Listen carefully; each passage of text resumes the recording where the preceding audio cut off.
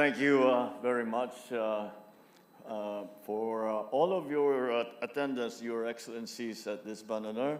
And I thank, of course, the Dean of the Diplomatic Corps and Apostolic Nuncio to the Philippines, the Most Reverend Archbishop Charles John Brown, for his very kind remarks, and which reflects a very good understanding, I think, of the Filipino culture. And we are very flattered and are happy to call you and the rest of the members of the Diplomatic Corps as friends. I was noticing when we were welcoming the different ambassadors how much conversation we all had with each other. And this is an indication of all the many things that we have started in the past year or so, and the things that we are following up. There are so many things that we still talk about. And for that assistance, of course, the comments of the Apostolic Nuncio about BARM, again, we look to many of our friends and allies for all the assistances they have given us. If we have met with any kind of success, that success, your assistance has been an enormous part of that success, and for that we thank you, and for the engagements that we have made in the past year or so. I thank you for that too, and we look forward to continuing that. Allow me to also greet the Senate President Chis Escudero. Also here with us is the House Speaker Martin Romualdez, all the other excellencies of the Diplomatic Corps, Executive Secretary Chief Luke Bersamin, and of course someone who you are actually more familiar with and spend more time with than myself, the First Lady Lisa Araneta Marcos. All my fellow workers in government, honored guests, ladies and gentlemen, good morning. It is a great pleasure for me to host this very important occasion with the members of the Diplomatic Corps. We celebrate I'll amend that. We celebrate the proudest moment of our storied past, the Philippine independence. 126 years on, since the Philippine flag was first unfurled in 1898 to let flutter in the fresh breeze of freedom, the flame of Filipino nationalism that sustained our ancestors in their quest for freedom remains lit in the beating heart of the Filipino nation to this very day. The glow is not lost to us. From a flickering flame into a fiery blaze, this is how our patriotic sentiments can easily rouse whenever our collective and common interest as a nation is tested. On many occasions, great trials have all the more strengthened our resolve and unified our people. Because as I have said, Filipinos do not yield. The struggle for Philippine independence continues to reverberate to this day, not against colonial oppression, but against modern-day challenges. We draw inspiration from the valor, resilience, and untiring spirit of our forefathers as we tackle these new challenges confronting our country.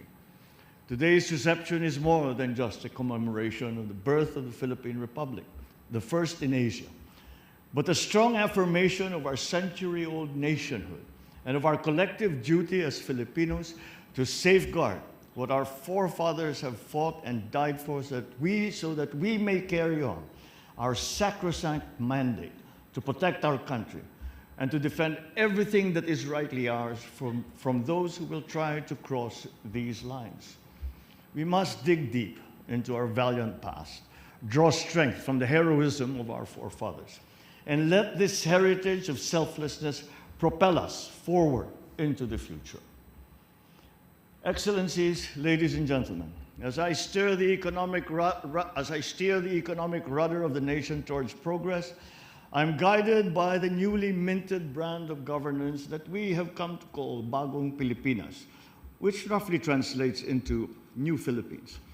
It is a brand of governance that engenders social and economic inclusivity and transformation, inspires hope and confidence in our people, and promises transformative change for the betterment of Filipinos. To bring this aspiration to fruition, my administration continues to institute policies and implement measures as laid out in our plans aimed at galvanizing the economy amidst global economic difficulties.